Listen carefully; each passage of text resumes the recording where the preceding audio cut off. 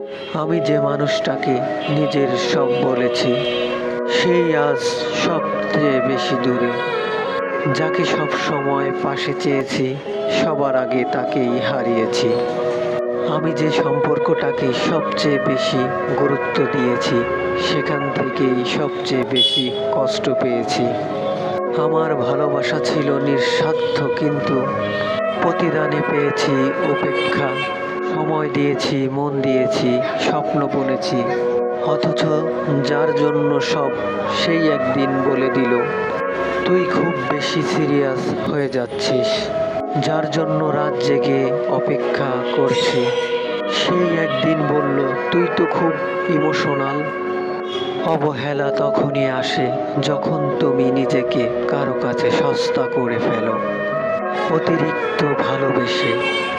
তাই বলি, নিজেকে এতটা সস্তা করো না, যতটা সস্তা করলে তুমি মানুষের কাছে অবহেলিত হয়ে যাবে।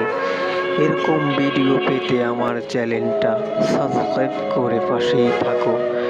আমি জীবনের গল্প বলি। যদি ভিডিওটা ভালো লাগে, তোমার মতামত কমেন্টসে বলে যেও। ধন্যবাদ।